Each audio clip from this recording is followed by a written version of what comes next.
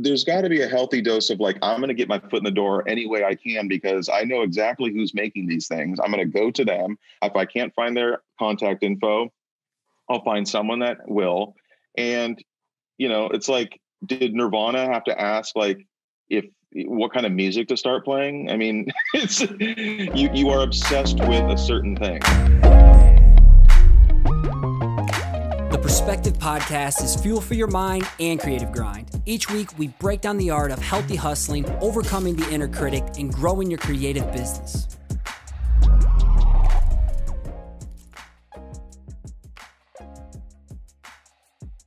PC family, we have Don Clark of Invisible Creature on the show today to celebrate episode 200.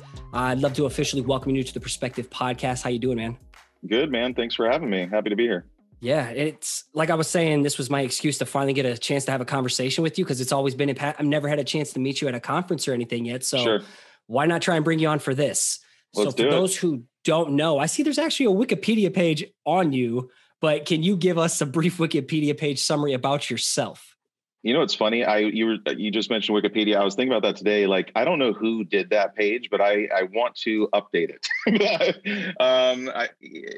My name's Don. My brother and I started Invisible Creature, which is a design and illustration studio, in 2006. Before that, we had a company called Asterisk Studio, and we focused on music packaging and music websites before.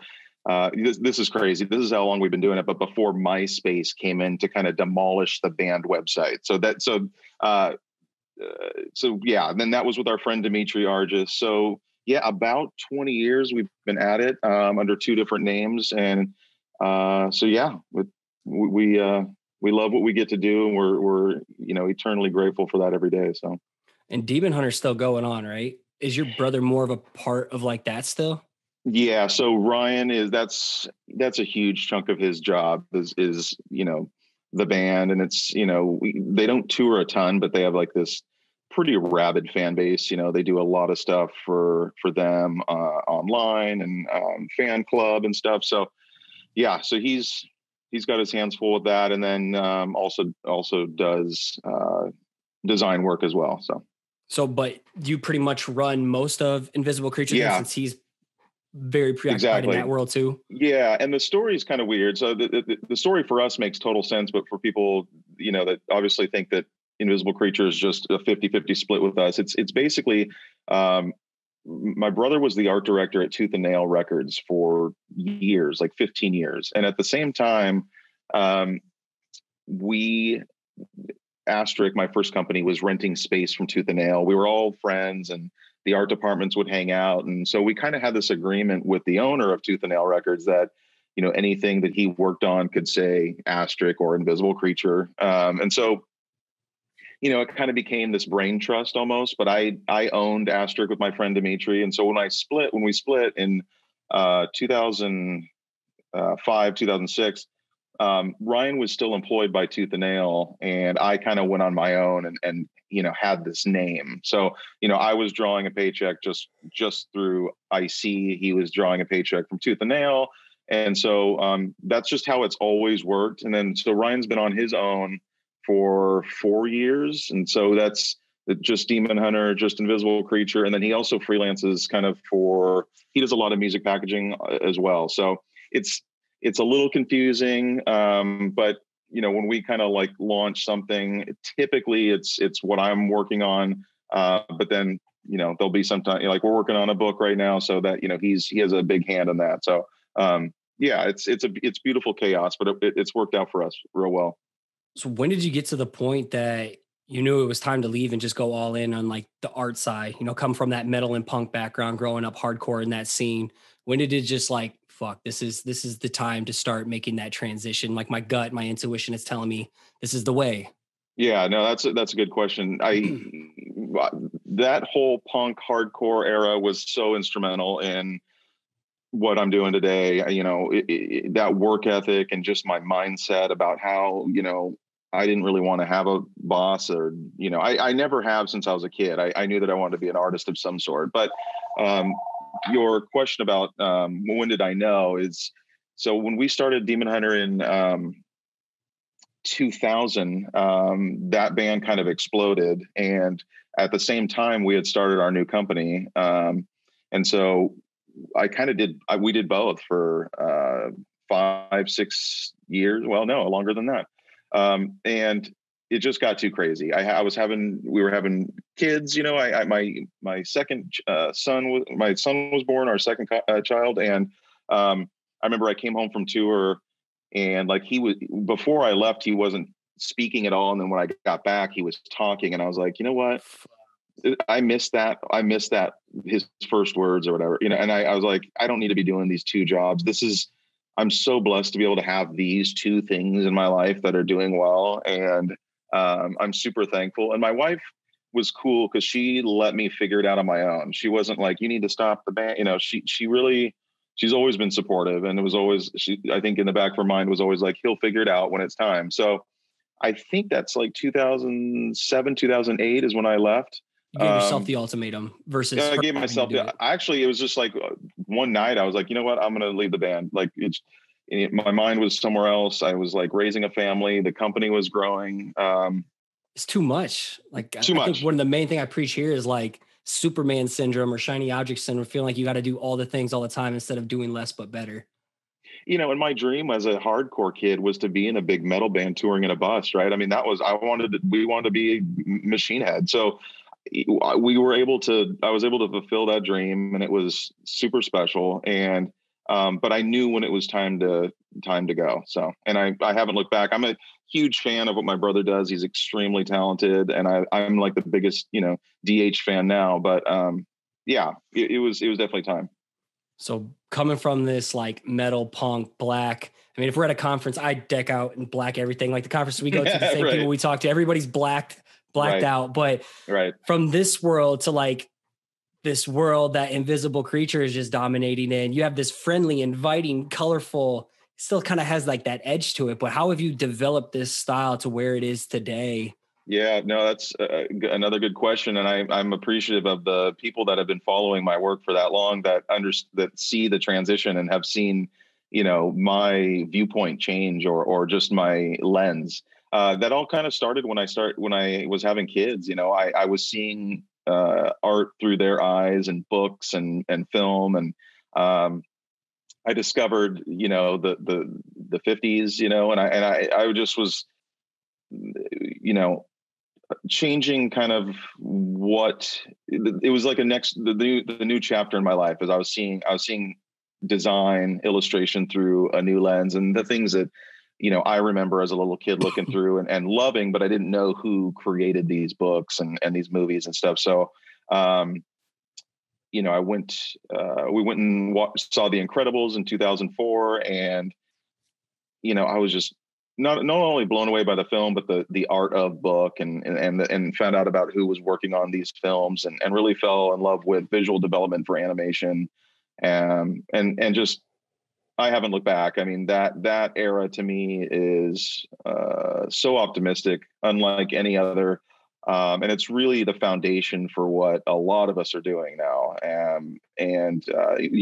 You name it, that era, architecture, animation, automobiles, design, illustration, was so groundbreaking, so optimistic, post-war innocence. It was beautiful. And so I think that's, that comes through in our work. I never want to, I don't want anything to ever look retro. I hate that word. I'm just trying to create work that hopefully is timeless, and that, that's something that I want to see in the world, basically. So I definitely get what you mean. I guess I didn't think about it until you made me think about it. But like my son, just a little over 2 right now, and I've never paid attention to books, like illustrated children's books like I do now. I'm like, holy shit, someday I want to do a children's book. I'm like, I would have never, I'm heavy line work, heavy details. Mm-hmm. I like the Skull Life, all that stuff too. But I don't know. I've got like a little collection of books. Like these are my go-to. I don't even want to touch them. I'm buying books for my friends now, just so I can have them for me to look at, not necessarily read to him. Exactly. I would have never paid attention to that before until I had kids. Yeah. And it's just, I say too, like these objects that we create and sell on our site and work on for clients, like even if it's just a moment, if you see it and you're like, oh, I remember having something like that, or, my grandpa had something like that at his house, or, oh, that's a cool spin on like what, I love that feeling of, nostalgia, basically. I mean, it just, people tend to hate on that word, but it fuels me, man. So I loved my childhood. I loved, my dad's era, his childhood, so that, wanting to make people smile is a big, factor in, how I work. So as you made that transition and give yourself permission to go from the old style that you had been known for, did it just start with like personal projects, making time for you, just personal work to experiment, explore, and then you just start putting it out there to show the work you want? Because you didn't just all of a sudden make the switch. I'm just flipping the script on the style that I'm kicking out, and here I'm landing commercialized work with it.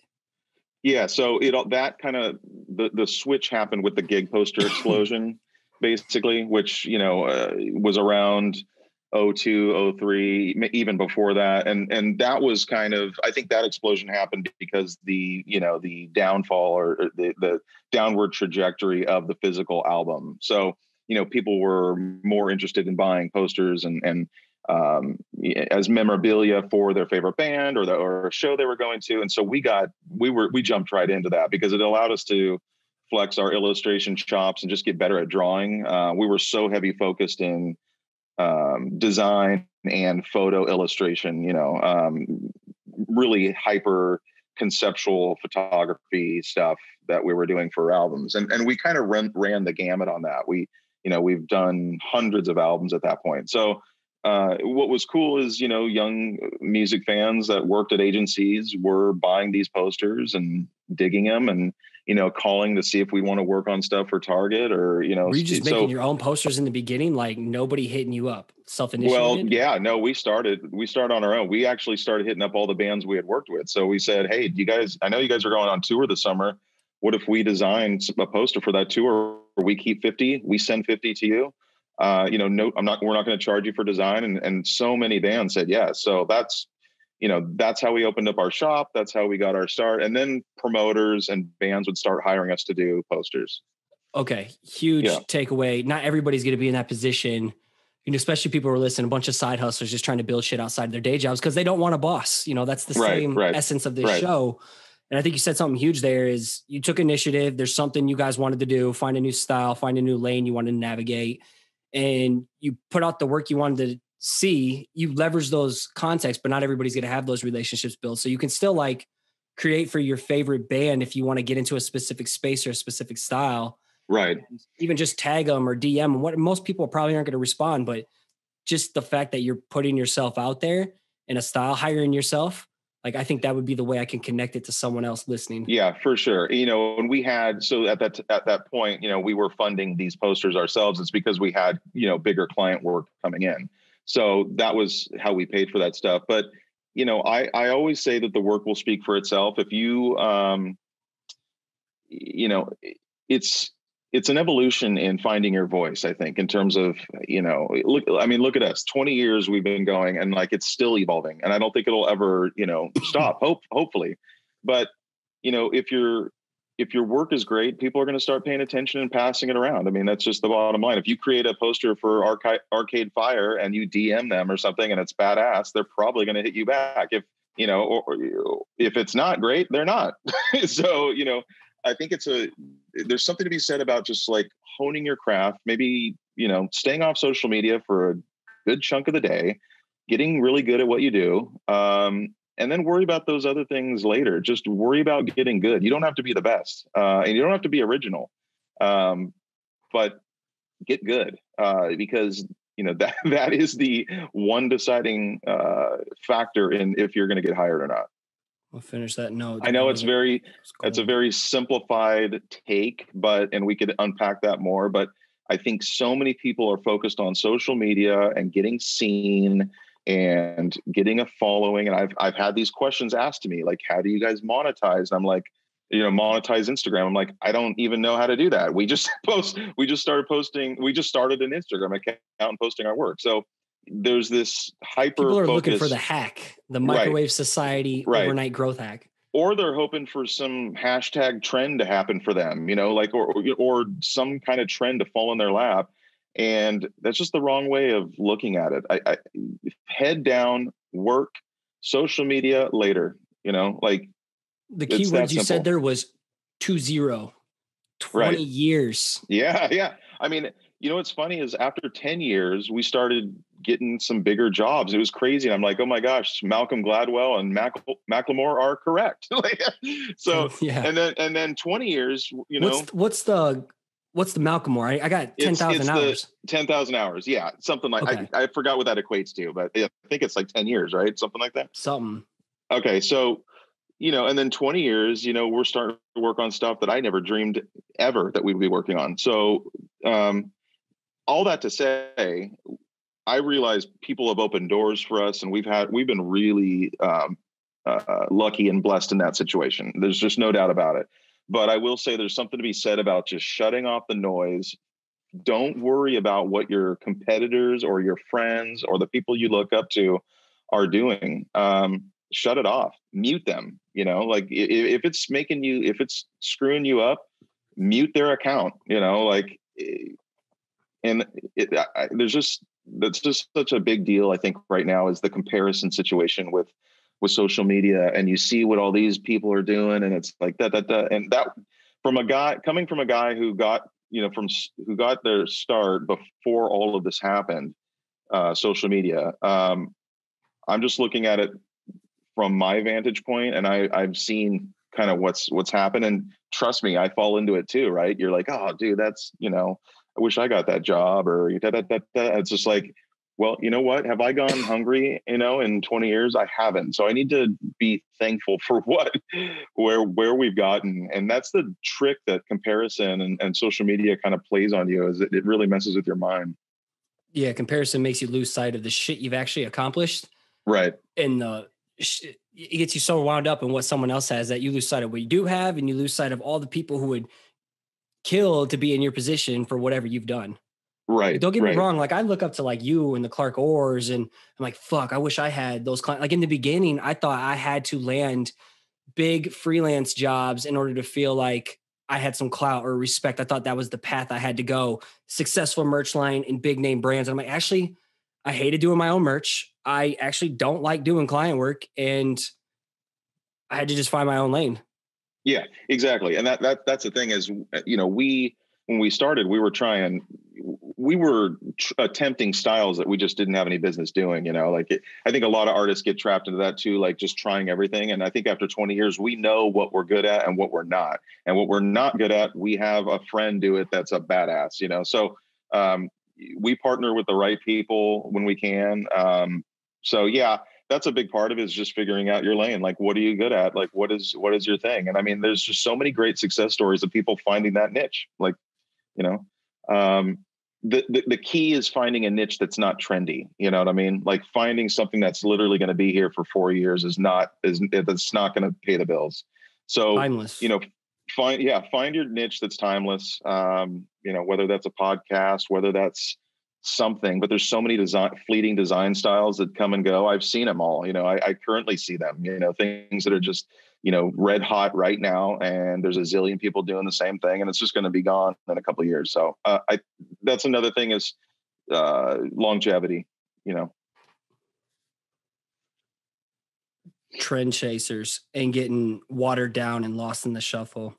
Well, there's always a hype style for every, era. And so you see the land boys, they develop that style, and then like everyone and their brothers doing the land stuff that now. Like organic, and then, right. It's like you drew with your left or recessive hand kind of. Well, the thing is like, I love land stuff, and it's cool that they came up with that, but then there's like a crap load of other people doing that. So then you're like, well, it becomes a little bit watered down. And those guys, and I know how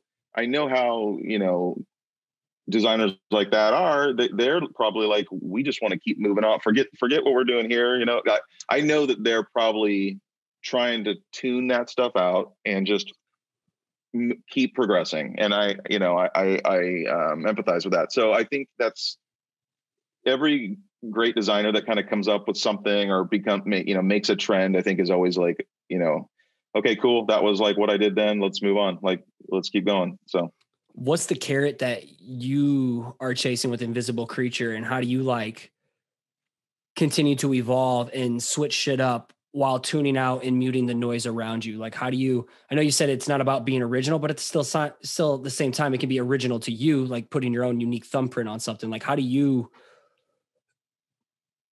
stay focused and still like challenge yourself to like switch shit up sometimes?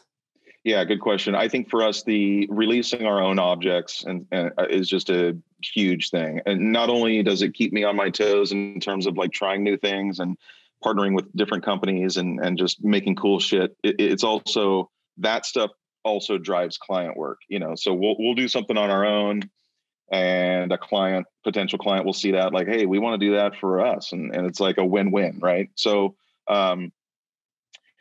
that kind of stuff. We also get to work on client work that in turn becomes products that we can sell in our store. So that's a win-win. So, we're being commissioned to do something, and then we get to buy it at wholesale, put it in our shop. So that, that's another thing. But I will say the biggest thing is just constantly creating our own stuff to put on our site, launching our own products, never resting on our laurels, never going, hey, last year was awesome, let's repeat that. Like, let's just keep making cool stuff. And it's just, what is it, that I want to put on my desk? What is it that I think some of my friends would want to own? You're doing it right there. I was going to ask you to define cool.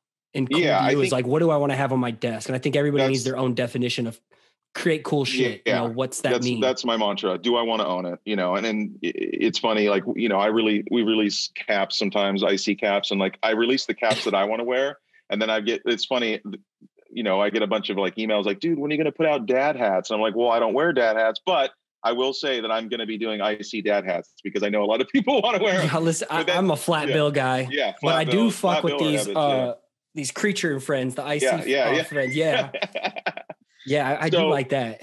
Yeah. So what's funny too is I have two teenagers and I see what they're wearing, what they're into. And like, we did this collab with Brett Stenson. We did a tie-dye t-shirt, and like the kids the younger crowd loves that, which like is awesome. White print on it or whatever in this latest bash. Yeah. It's long sleeve tie-dye. And I mean, I don't usually, what I'm just wearing a, t-shirt and a hat all the time. So, but see, I'm like, I love that shirt, and they're like, they usually don't get pumped on what I'm doing, but they're like, oh, when are those shirts coming in? When are those shirts coming in? Like, so I am wanting to, now that I have two teenagers, wanting to do stuff that they, would want to wear. So you'll probably be seeing some, some more of that type of gear come out. The value of that is that keeps you relevant for years to come. Totally. Next, you're going to be doing dance videos on TikTok, dude. Oh my gosh. Yeah. Invisible Creature TikTok account coming soon. No. Oh shit.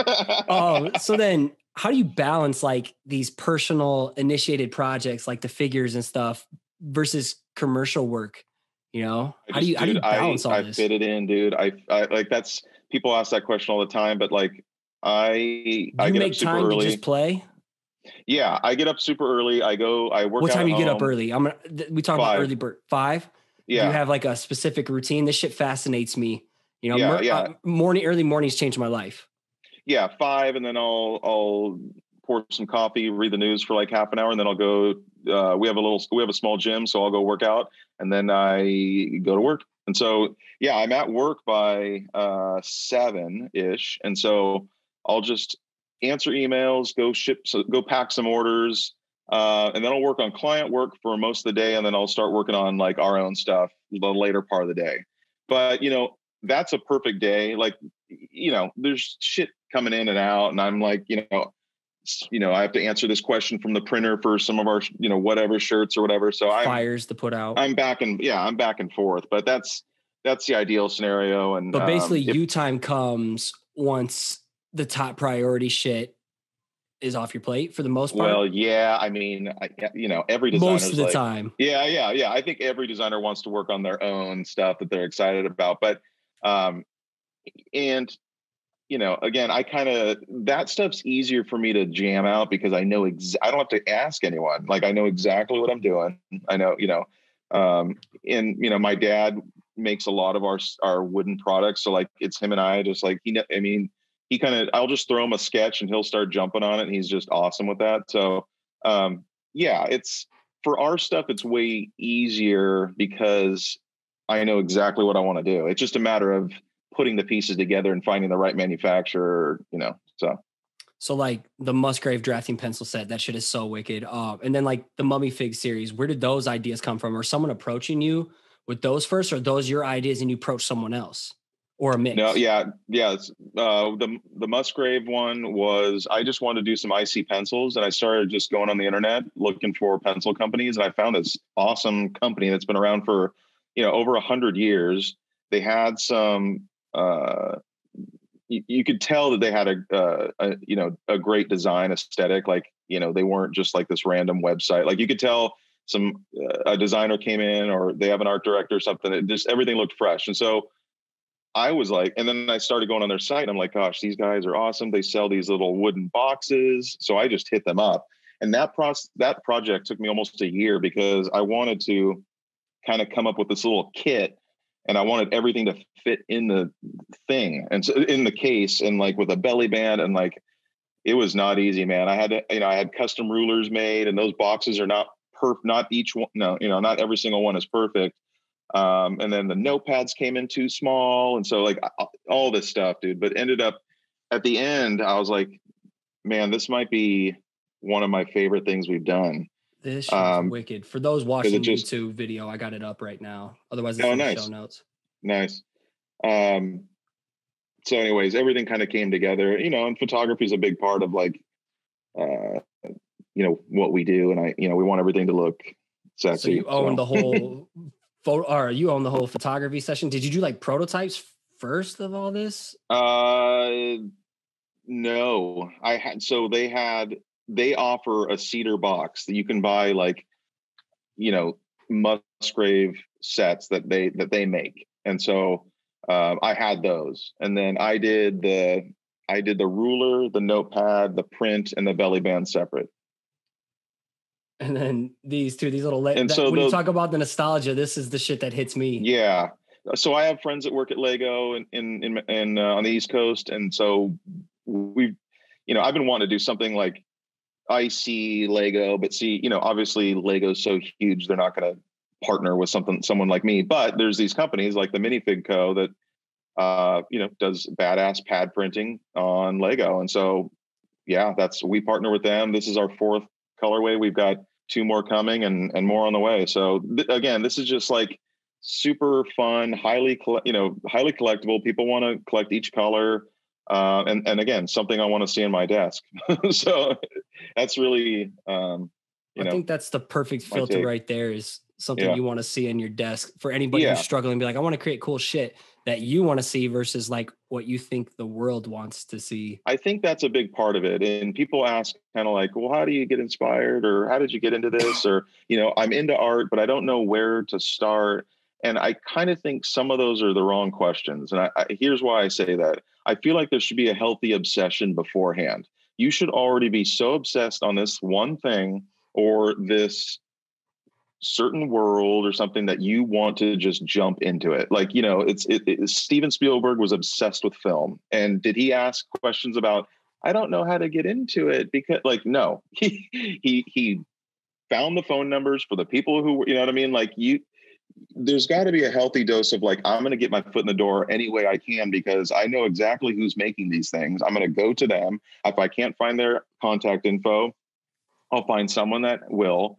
And, it's like, did Nirvana have to ask like what kind of music to start playing? I mean, it's you are obsessed with a certain thing. And I think that a lot of my friends who are designers are the same way.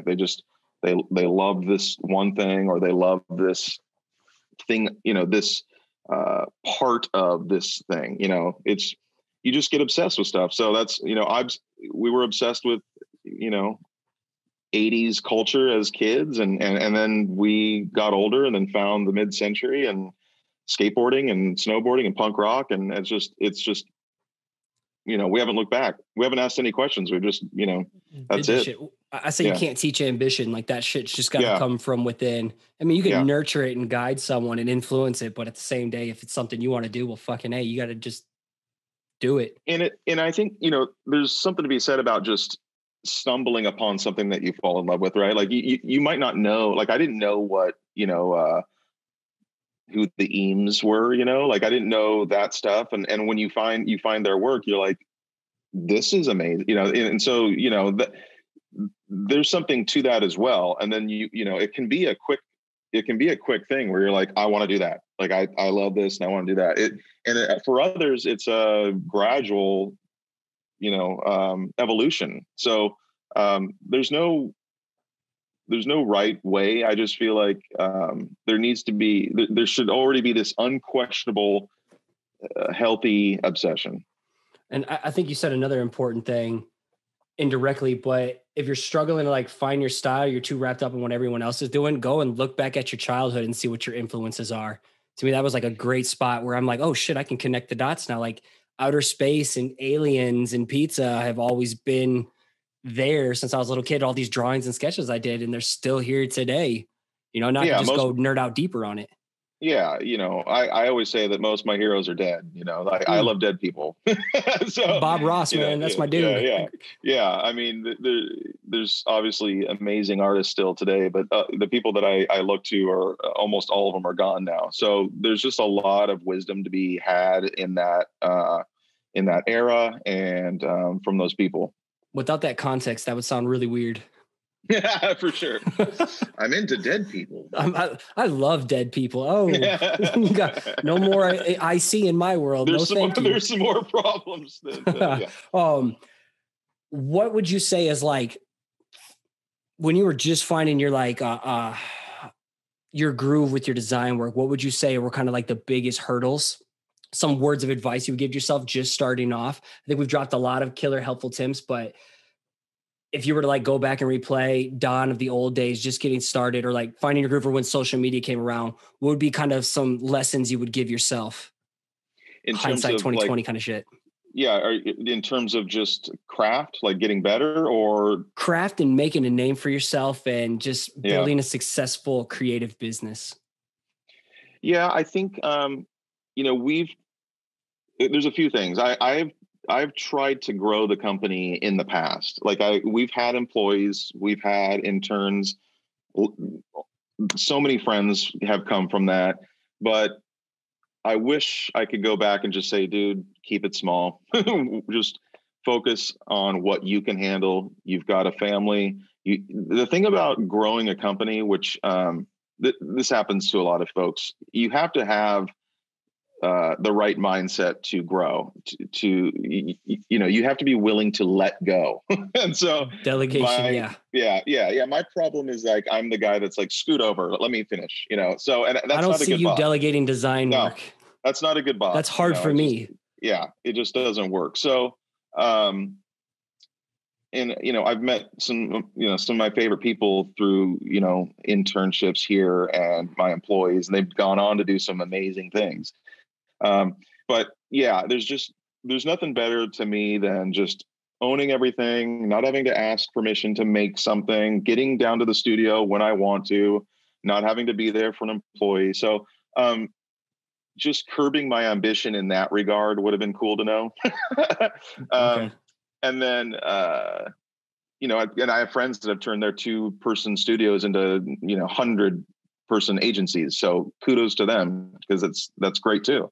It's just something, I found that I couldn't pull off. And also, my heroes were like Charles Schultz and Jim Flora, and these guys that just had like, their studio. It was, the artist in the studio type thing was, those are my favorite people growing up. So, and then,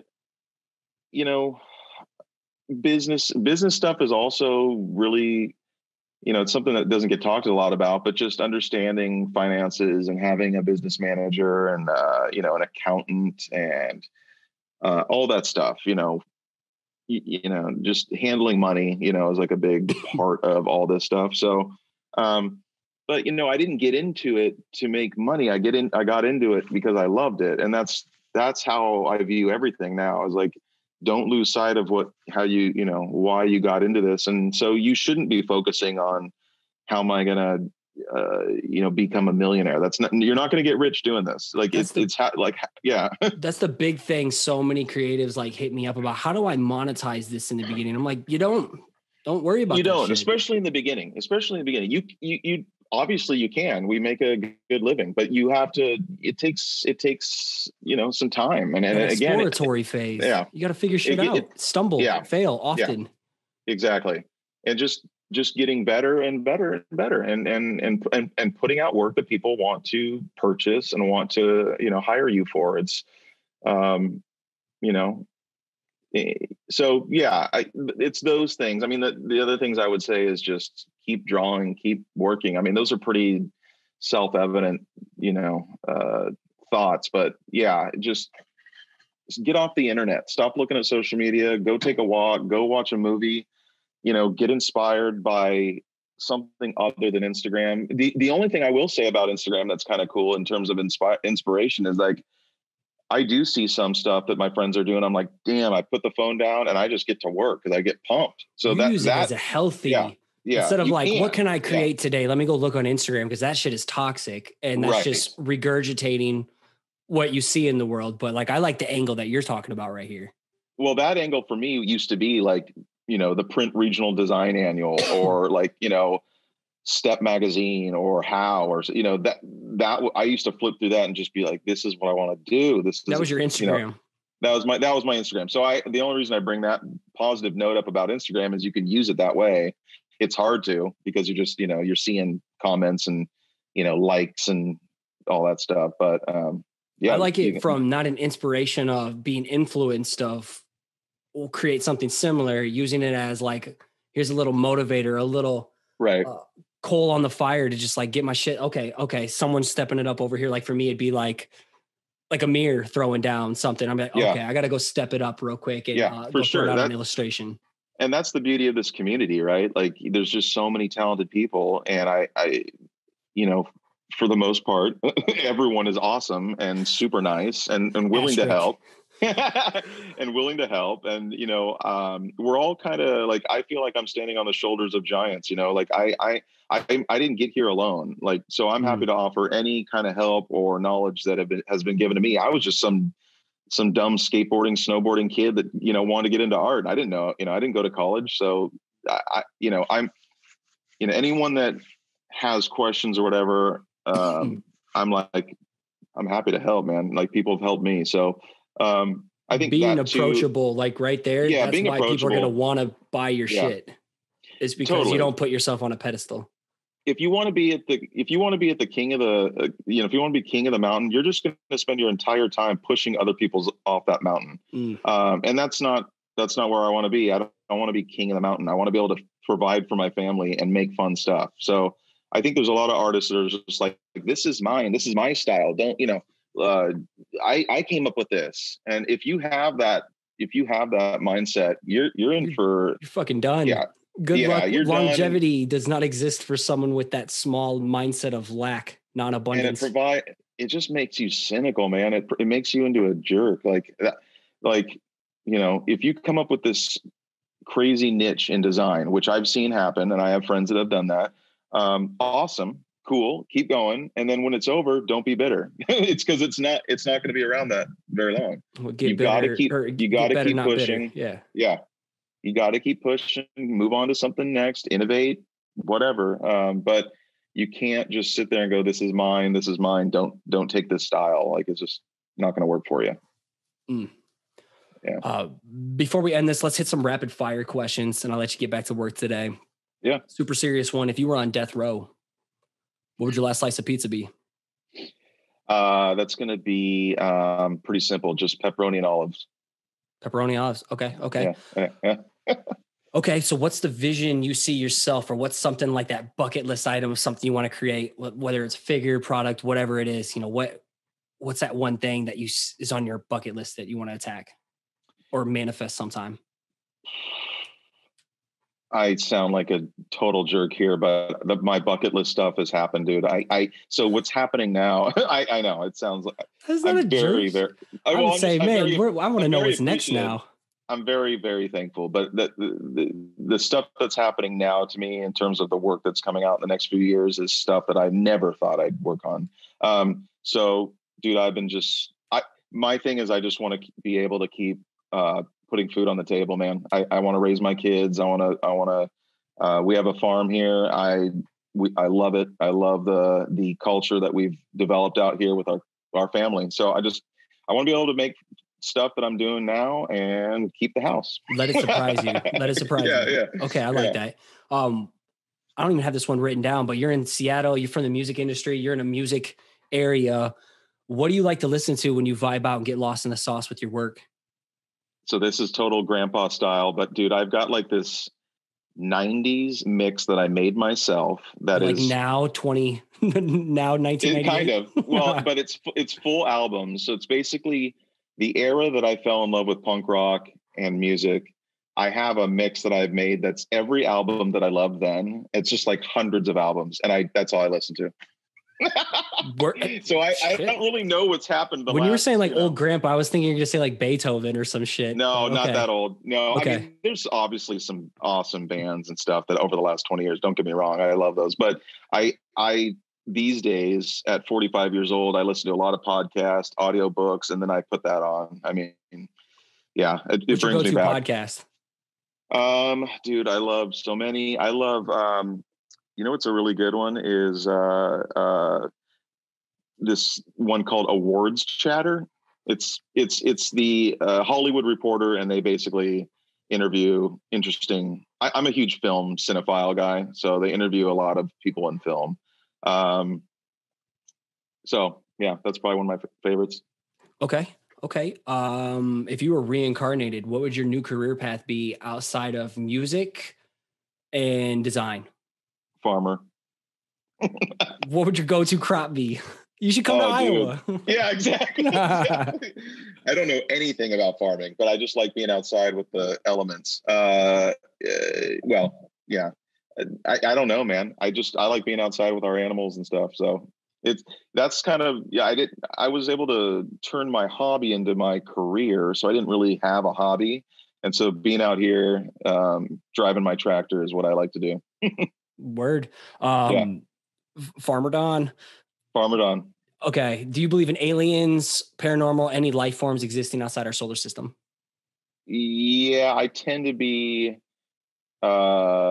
pretty optimistic with that stuff. Yeah, it just seems like, you know, and I love listening to all the conspiracy stuff. I'm a big fan of all those rumblings. So yeah. Yeah, because I'm looking at that Cinerama mural rebrand, and I just see that sick ass UFO. I'm like, speaking to my soul right there. My grandfather was an illustrator at NASA, so it's been in my blood forever, and I love space and aliens and monsters and stuff. So yeah, I mean, something's got to happen. Something's got to be out there. Dope. Last one. Where can people go to follow you online, support you, and just buy all your cool shit? Invisiblecreature.com is our website, and then our handle is iCreature for Instagram. And then signing up to our newsletter, you kind of usually hear about stuff first. So yeah, I'll make sure I get all those in the show notes. Well, Don, thanks for helping me celebrate episode 200. It's been a blast finally getting to shoot the shit with you. Yeah, dude. Even if it's over this format. So again, thanks for helping me make time to celebrate this one. This is a big one for me, and I'm glad I got to have you on, man. Congrats, man. Congrats on the success, and I'm happy to do it. I appreciate you asking. All right. Appreciate your time. Let's keep in touch. Peace. All right, bro. Thanks again for listening. It'd be awesome if you took the time to subscribe to the channel, hit the like button, and let the comment below so we can connect. Again, if you want to catch a shout out as a future listener of the week, make sure you subscribe to the show on iTunes and give it a rating and review.